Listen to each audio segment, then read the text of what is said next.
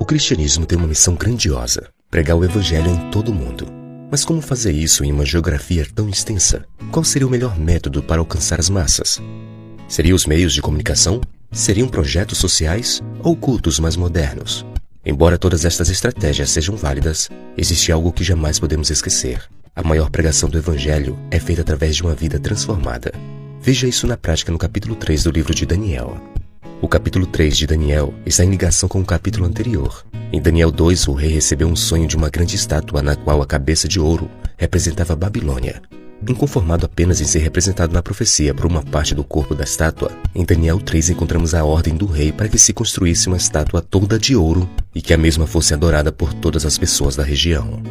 Quem não se curvasse diante de seu ego inflamado seria morto em uma fornalha ardente.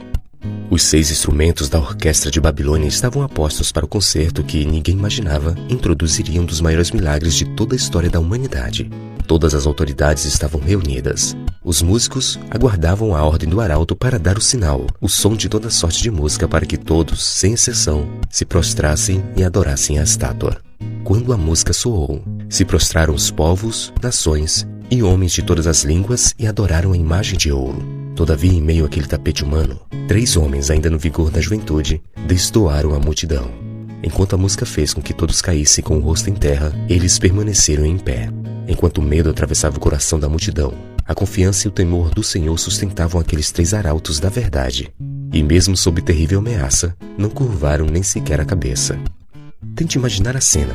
A multidão se abaixando diante do Deus pagão, porém 3 jovens, mesmo correndo o risco de morte, permaneceram em pé.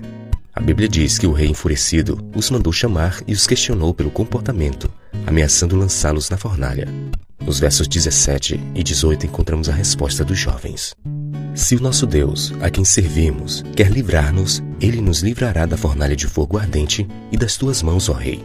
Se não, fica sabendo, ó rei, que não serviremos a teus deuses, nem adoraremos a imagem de ouro que levantaste. Sabe, naquele dia toda aquela multidão ficou conhecendo o Deus de Israel por causa de um sermão silencioso pregado por 3 jovens hebreus. O que eles fizeram de tão espetacular?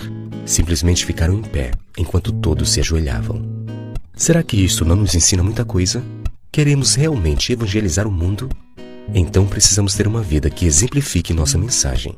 Vale lembrar que naquela multidão estavam muitos israelitas que conheciam um Deus verdadeiro, mas se curvaram diante da idolatria. Mas aqueles 3 jovens, mesmo correndo o risco de vida, pregaram uma mensagem que ecoa até os nossos dias. Assim, a melhor estratégia evangelística é seguir os passos dos jovens hebreus. Quando todos estiverem se curvando diante dos deuses pagãos de nosso século, que nossa vida seja um sermão silencioso ao ficarmos em pé, como forma de protesto contra o caminho largo do pecado seguido pela multidão.